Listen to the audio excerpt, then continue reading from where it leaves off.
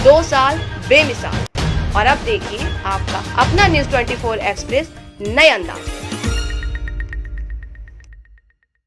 नमस्कार, आप देख रहे हैं न्यूज़ 24 एक्सप्रेस और मैं हूं नेहा परिहार आपके साथ। आइए रुक करते हैं आज के बुलेटिन की ओर।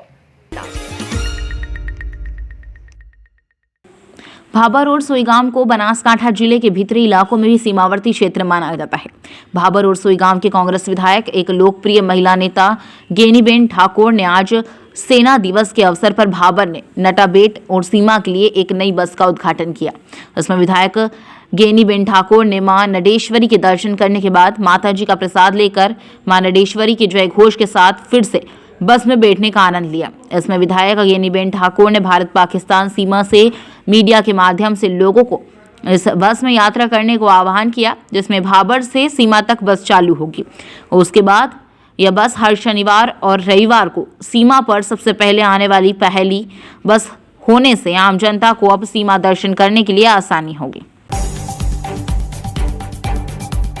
छपारा में शिक्षिका के सूने मकान में चोरी करने वाला एक किशोर को पुलिस ने गिरफ्तार किया है। आरोपी किशोर के पास से पुलिस ने नकद राशि और चोरी के पैसों में खरीदा हुआ एक मोबाइल फोन भी जब्त किया है। छपारा थाना से मिली जानकारी के अनुसार छपारा की लड़ाइया मोहल्ला निवासी फरियादी शिक्षिका सोमानी और छपारा थाने में पहुंचकर उनके सूने मकान में 80,000 रुपये नकद, ATM कार्ड, कमल इत्यादि चोरी होने की रिपोर्ट दर्ज कराई गई थी। शंका में मोहल्ले के ही एक किशोर बालक का नाम दर्ज कराया गया था। इसके बाद पुलिस ने आरोपी किशोर को थाने लाकर सघन पूछताछ की, जिसके बाद आरोपी ने वारदात को कबूला है। इसके पुलिस ने नकद राशि बरामद, वहीं आरोपी ने चोरी के पैसों में छपारा की एक मोबाइल दुकान में मोबाइल फोन खरीदा था। मोबाइल और उसका बिल जिसे भी जब्त किया है। किशोर बालक के बारे में काफी शातिर होना बताया जा रहा है। चोरी के कुछ पैसों से किराना सामान भी खरीदा था। यह बात भी पुलिस को आरोपी किशोर ने बताई है।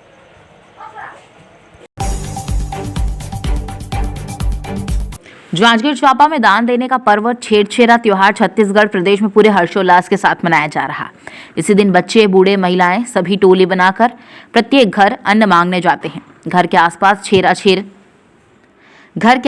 छेर छेरा माई, कोठी के धान ला, हेर हेरा जैसे कुछ गीत भी सुनाई दें तो हैरान होने की जरूरत नहीं। बस मुट्ठी भर अनाज बच्चों को दान कर देना, लोग उन्हें अन्नदान देकर विदा करते हैं। वैसे कोई व्यक्ति अपने बच्चे या परिवार के लिए किसी सदस्य को किसी के घर मांगते हुए नहीं देखना चाहता, परंतु छेरछेरा त्योहार एक ऐसा त्योहार है जिस दिन लोग बेहिचक मांगने जाते हैं। छत्तीसगढ़ में अनेकों पर्व ऐसे हैं जो लोगों को एक अच्छी सीख दे जाते हैं।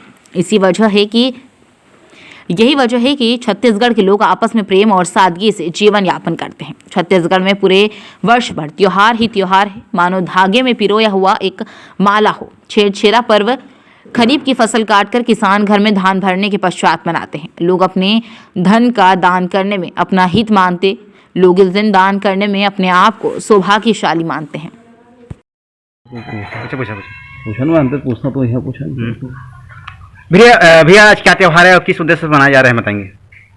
आज का त्यौहार छत्तीसगढ़ का पारंपरिक त्यौहार छेरछेरा है। इसको प्रतिवर्ष अन्नदान के रूप में मनाया जाता है और हमारे ग्राम पंचायत खोखसा में सोशल डिस्टेंसिंग के साथ मनाया जा रहा है। सभी ग्राम पंचायत के द्वारा सभी को मास्क वितरण किया गया है और पारंपरिक रूप से अन्नदान करके छेरछेरा त्यौहार को मनाया जा रहा है। त्यौहार है हमारे पूर्वजों की ये सब देन है, जो 6 महीना साल भर जो खेती करते हैं, नाक खून पसीना से खेती के जो कमाते हैं, छेरछेरा पर्व को छोटे छोटे बच्चों को दान देकर अपना सहयोग भागीदारी निभाते हैं हमारे किसान भाइयों ने। और ये छेरछेरा सदियों से चला आ रहा है, परंपरा है। ये छोटे छोटे बच्चे चिल्लाएंगे छेरछेरा, कोठी के धान को हेरते हेरा, तो किसान हर अपने अपना जो जैसा बन जाते हैं दान के स्वरूप करते हैं बच्चे लोगों को।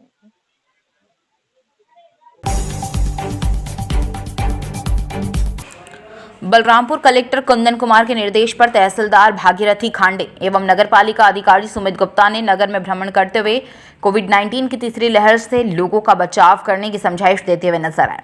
जिले में कोविड की चेन तोड़ने के लिए आम जनता एवं व्यापारियों को समझाइश देते हुए कोविड के निर्देशों का पालन करने की भी बात कही। वहीं तहसीलदार भागीरथी खांडे एवं नगरपालिका अधिकारी सुमित गुप्ता के द्वारा नया बस स्टैंड से लेकर पूरे शहर में नगरपालिका के कर्मचारियों के साथ भ्रमण करते हुए सोशल डिस्टेंसिंग का पालन करने एवं मास्क लगाए रखने की समझाइश व्यापारी तथा आम जनता को दी गई। साथ ही लापरवाह किस्म के व्यापारियों पर जुर्माने की कार्रवाई भी की गई। अब देखने वाली बात यह है कि क्या जिला प्रशासन के सख्ती के बावजूद भी आम जनता के ऊपर महामारी से बचने का प्रयास किया जाता है या नहीं। सर, आज कोविड-19 को लेकर के आप लोगों के द्वारा जो है समझाइश दिया जा रहा है, क्या जिला प्रशासन का आदेश निर्देश है? क्या जिला प्रशासन आदेश भी निकाले हैं और हमें भी निर्देशित किया गया है कि सबके सुरक्षा के दृष्टि से कोरोना के जो बढ़ते चैन है इसको तोड़ना है। इसके लिए सभी को घूम घूम के समझाइश दिया जा रहा है। सभी दुकानदारों को, मेडिकल वालों को, काम करने वालों को और राहगीरों को, सभी को हम मास्क भी बांट रहे हैं और समझाइश दे रहे हैं ताकि कोरोना के फैलते रोकथाम हो सके, चैन कड़ी टूटे। सर, ये कोविड-19 की तीसरी लहर जो है काफ़ी सवाब पे है और ज़्यादातर अभी पॉजिटिव लोग निकल रहे हैं। उसके बावजूद भी लोगों में कोई असर देखने को नहीं मिल रहा है। मास्क का नहीं लगा रहे हैं लोग, सोशल डिस्टेंसिंग का पालन नहीं कर रहे हैं। क्या कुछ आगे कार्रवाई की जाएगी? हाँ, जैसे भी शासन के निर्देश आ रहा है उसको धारा 144 तो लागू भी कर दिए हैं और जहाँ तक हो सके कड़ाई से हम इसका पालन करवाने के लिए प्रतिबद्ध हैं ताकि इसका और वृद्धि और ज़्यादा बढ़े ना, इसके लिए प्रशासन पूरा प्रयासरत है। आगे की क्या रणनीति है सर कोविड-19 महामारी को लेकर? और सभी को कोई ऐसे छूट ना पाए टीका के लिए, और लगभग तो हम सभी को लगा ही लिए। अब डिस्टेंस और मास्क के उपयोग करके इसके फैलते हुए कड़ी को तोड़ लें और हमारे ज़िला में कोरोना की प्रतिशत न बढ़े, यही हमारा प्रयास है। आज आप लोग दल बल के साथ निकले हैं सर, पूरे शहर में आपका भ्रमण चल रहा है कोविड-19 की तीसरी लहर को लेकर के। क्या कुछ लोगों को समझाइश दे रहे हैं और क्या उस पर कुछ जुर्माना भी लग रहा है या जैसा? हाँ, वो थोड़ा भय पैदा हो कह के थोड़ा फाइन भी कर रहे हैं और समझाइश दे रहे हैं, मास्क भी बांट रहे हैं और ताकि डिस्टेंस का, शासन के निर्देश का पालन करें, इससे हमारा बचाव हो।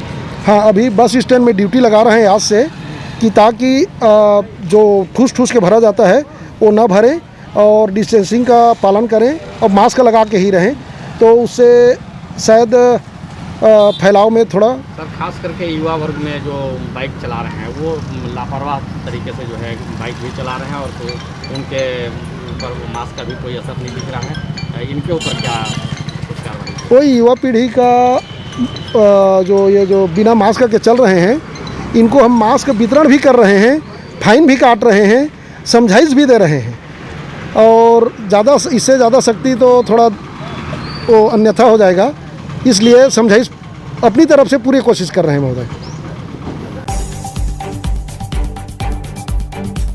पेंड्रा मरवाही जीपीएम में इन दिनों कड़ाके की ठंड पड़ रही है। पिछले कुछ दिनों से इलाके में रोज सुबह से कोहरे भी छाए रहते हैं।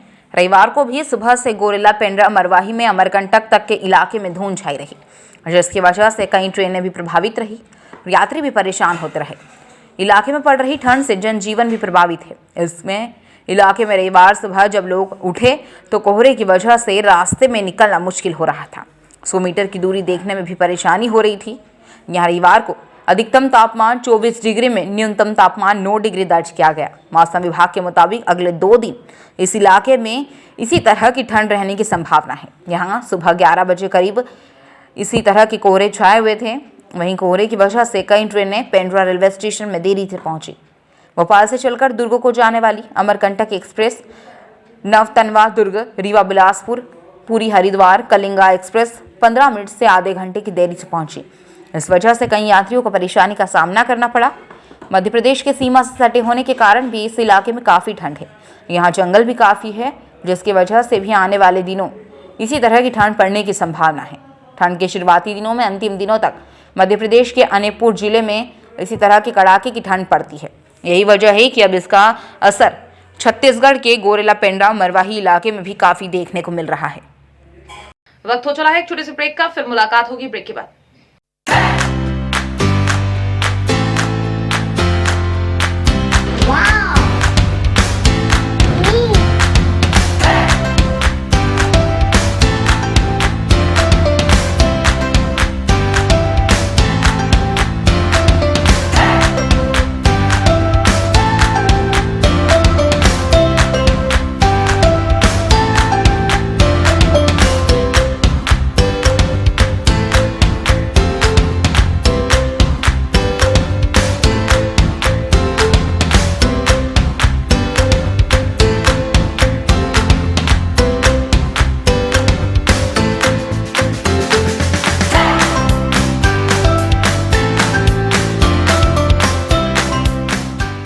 ब्रेक के बाद एक बार फिर आप सभी का स्वागत है। आइए बढ़ते हैं अगली खबर की ओर। झांसी के मऊरानीपुर में बिजली विभाग द्वारा नगर में चेकिंग अभियान चलाया गया। इस दौरान बकायेदारों व विद्युत चौधरी करने वालों के खिलाफ कार्रवाई की गई। उक्त चेकिंग अभियान से नगर में हड़कंप मच गया। जेई ऋतिक गुप्ता ने बताया कि बिजली विभाग द्वारा सफाई अभियान चलाया जा रहा है। इसमें विद्युत चोरी करने वालों व बकायेदारों को चिन्हित कर कार्रवाई की जा रही है। आज क्या अभियान चलाया गया और ये कहाँ से कहाँ शुरू हुआ है? मऊरानीपुर टाउन में हमारे जो मार्केट का एरिया है आज सोमवार को बंद रहता है और ये SBI फीडर पे है हमारा मड़ा मंदिर बिजली घर से। इस पर अत्यधिक चोरी होने के कारण यहाँ पर पोल क्लीनिंग अभियान चलाया जा रहा है, जिसमें जो उपभोक्ताओं की केबलें जो मीटर से हैं उनको पूर्ण रूप से सही रूप से करके खंभे से जोड़ा जाएगा और जो फर्जी केबलें पड़ी हुई हैं इसको हम लोग सघन सफाई अभियान के तौर पर चला रहे हैं। जो हमारे अधिशासी अभियंता महोदय श्री मनोज कुमार राय एवं उपखंड अधिकारी श्री अंशुमन प्रणामी जी के निर्देशानुसार इसको हम लोग अभियान को चला रहे हैं। झाबुआ जिले के मेघनगर के ग्राम रंभापुर में 6वां अखिल भारतीय कवि सम्मेलन का आयोजन किया गया। कोरोना काल के इस समय में कोरोना गाइडलाइन का पालन करते हुए यह आयोजन किया गया।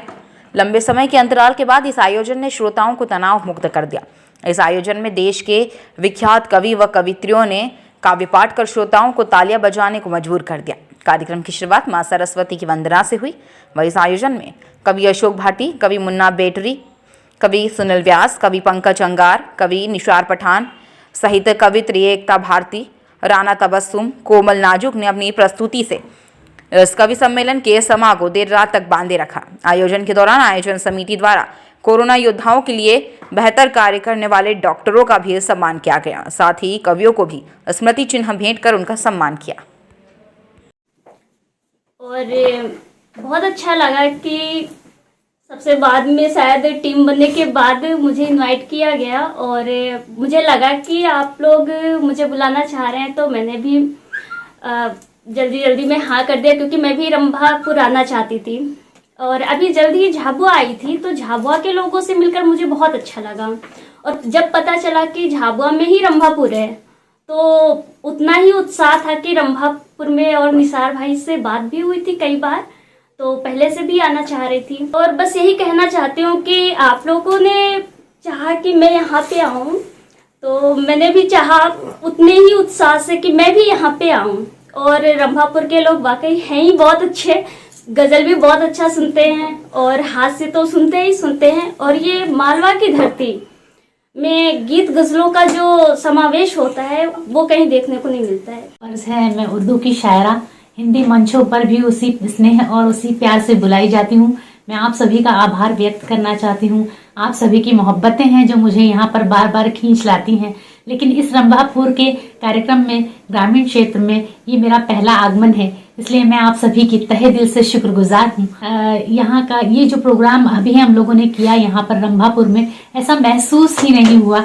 ऐसा मुझे लगा कि मैं अपनी सरजमीन मुंबई पर ही हूँ, क्योंकि मैं मुंबई से आई हूँ। इसलिए यहाँ आकर जो प्यार और स्नेह मुझे मिला है मैं उसे कभी नहीं भुला पाऊंगी। और मैं हमेशा आशा करती हूँ, आप सभी से यही उम्मीद करती हूँ कि बार बार मेरा आगमन यहाँ पर हो, आप सभी के बीच, और आप सभी की मोहब्बतें और स्नेह इसी तरह से मिलता रहे। आज का मेरा मेघनगर का एक्सपीरियंस बहुत अच्छा रहा और यकीन मानिए पहली बार आई हूँ, लेकिन लगा नहीं कि मैं पहली बार आई हूँ। श्रोताओं ने इतने मन से सुना है, बहुत खुश हूँ और शुभकामनाएं प्रेषित करती हूँ कि नेक्स्ट ईयर ये जब भी कार्यक्रम हो तो अपने परम गंतव्य तक पुनः पहुंचे और सभी का आभार व्यक्त करते हैं। महाराष्ट्र के वर्धा जिला तहसील समुद्रपुर में नगर पंचायत के चुनाव पिछले 20/12/2021 को हो चुके थे, मगर 2 वार्ड के चुनाव बाकी थे और अभी 2 वार्ड के चुनाव की घोषणा हो चुकी है। सभी पार्टी के उम्मीदवार चुनाव में दौड़ लगा रहे हैं। प्रभाग क्रमांक 8 के उम्मीदवार के विकास के मुद्दे पर प्रतिक्रिया जानने की कोशिश की। कांग्रेस के प्रत्याशी अशोक डगवार, इन्होंने विकास के मुद्दे पर अपनी प्रतिक्रिया दी और वैसे ही प्रभाग क्रमांक 8 के उम्मीदवार राष्ट्रवादी कांग्रेस के संदीप भीमराव घरडे, इन्होंने भी विकास के मुद्दे पर अपनी प्रतिक्रिया दी। देखना यह है कि किस पार्टी के प्रत्याशी की जीत होगी। 18/1/2022 को मतदान होना है। आज आपण समुद्रपूर इथं नगरपंचायतची निवडणूक चालू आहे। प्रभाग क्रमांक 8 मध्ये आलेलो आहोत आणि प्रभाग क्रमांक 8 मध्ये इथं उमेदवार आहे काँग्रेस पक्षाचे। यांच्यासोबत आपण यांची प्रतिक्रिया जाणून घेऊ. तर सर, आपला न्यूज 24 मध्ये स्वागत आहे. धन्यवाद. सर, आपलं संपूर्ण नाव काय? अशोक पुंडलिकराव डगवार, सर, आपण उमेदवारी घेतली आहे कोणत्या पक्षाकडून? राष्ट्रीय काँग्रेस पंजाब. तर सर, आपण निवडणूक मध्ये आतापासून आलो आहो का ह्या राजकारणामध्ये पहिल्यापासून आहे? ना, मी आधीपासून वयाच्या 18 वर्षापासून आहे. 2 वेळा मी ग्रामपंचायत सदस्य राहिलेलो आहे. तर आपण कशासाठी इथं उमेदवारी घेतली? मी विकास कामं करण्यासाठी मी उमेदवारी घेतलेली आहे. विकास याच्या आधी झालेला नाही आहे, म्हणून मी उमेदवारी घेतलेली आहे.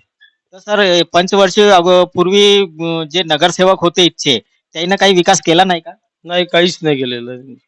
तरी पण काहीच नाही केलं म्हणजे वार्डातील काही विकास केला आहे का? काहीच नाही. आता पुढचा विकास काय करायचा आहे?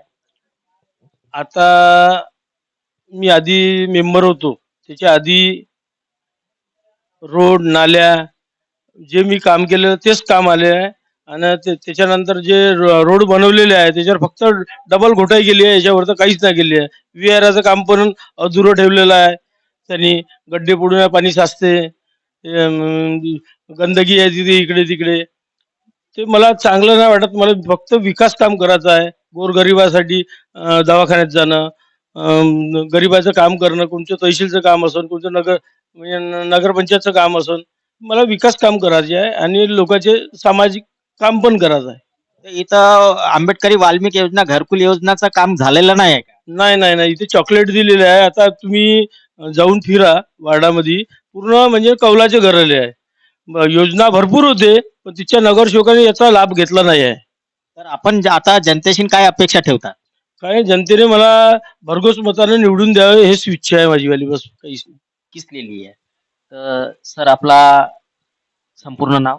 संदीप भीमरावजी घरडे. तर आपला न्यूज 24 मध्ये स्वागत. धन्यवाद. सर, आपण राजकारणामध्ये किती वर्षापासून आहोत? राजकारण पहिल्यांदाच आलो आहे. कशासाठी? या वार्डाचा विकास करण्याकरिता, या समस्या आहेत जनतेच्या, त्याकरिता मी राजकारणात आलो आहे. तर मग याच्या अगोदर जे नगरसेवक होते त्यांना वार्डाचा विकास केला नाही का? विकास केलाच नाही. त्या जे कामं केले सगळे निष्कृत दर्जाचे केले आहे आणि आपले खिसे भरलेले आहे. आपण काय करणार आता पुढे? ज्या वार्डामध्ये नाल्याच्या समस्या अर्धवट राहिल्या ते कामं पूर्ण करणार आहे. या वार्डामध्ये करोडो रुपये आले पण अजूनपर्यंत जनतेसमोर पाणी पोहोचलेलं नाही आहे. आणि या वार्डामध्ये स्वच्छता नावाची कुठलीच गोष्ट नाही आहे. सांडपाणी हे नुसतं रोडवर जात असते आणि जे रोड केले आहे, रोड फोडून ठेवलेले आहे. जर आपण या निवडणूक मध्ये निवडून आलं तर संपूर्ण काम करणार काय? हो, पूर्ण काम करू ना. काय जनतेशी काय अपेक्षा आहे? आपला भरपूर आशीर्वाद देऊन सेवा करण्याची संधी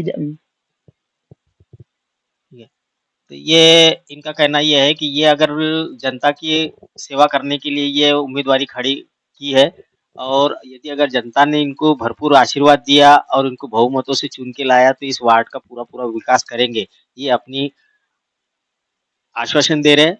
इसके लिए न्यूज 24 के लिए जावेद पाशा की रिपोर्ट. प्रदेश में आचार संहिता लागू हुए, ऐसे में कोरोना के कहर भी जारी है. तो वहीं झांसी के मऊरानीपुर के ग्राम टकटोली मेलवारा में रामलीला कार्यक्रम का आयोजन किया गया, जहां मंच पर भगवान के स्वरूपों की झांकी के साथ मंच पर बाल बालाओं द्वारा अश्लीलता परोसी गई, जिसका वीडियो अब सोशल मीडिया पर जमकर वायरल हो रहा है. आज के बुलेटिन में फिलहाल इतना ही. बने रहिए न्यूज 24 एक्सप्रेस के साथ. नमस्कार.